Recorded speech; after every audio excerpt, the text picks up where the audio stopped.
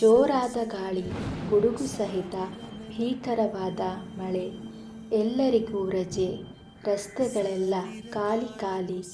ನಾನು ಮಾತ್ರ ಒಬ್ಬಂಟಿ ರೋಡಿನಲ್ಲಿ. ಕಚೇರಿಗೆ ಹೋಗಲು ಸಮಯವೂ ಮೀರಿತ್ತು. ಬಿಡುವಿಲ್ಲದ ಮಳೆ ಒಂದೇ ಸಮನೆ ಬರುತ್ತಿತ್ತು. ಬಟ್ಟೆಯೆಲ್ಲ ಒದ್ದೆ.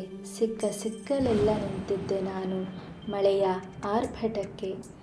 ಸ್ವಲ್ಪ ಕಮ್ಮಿ ಆದರೆ ಸಾಕು ಕಚೇರಿಗೆ ಹೋಗಬಹುದೆಂದು.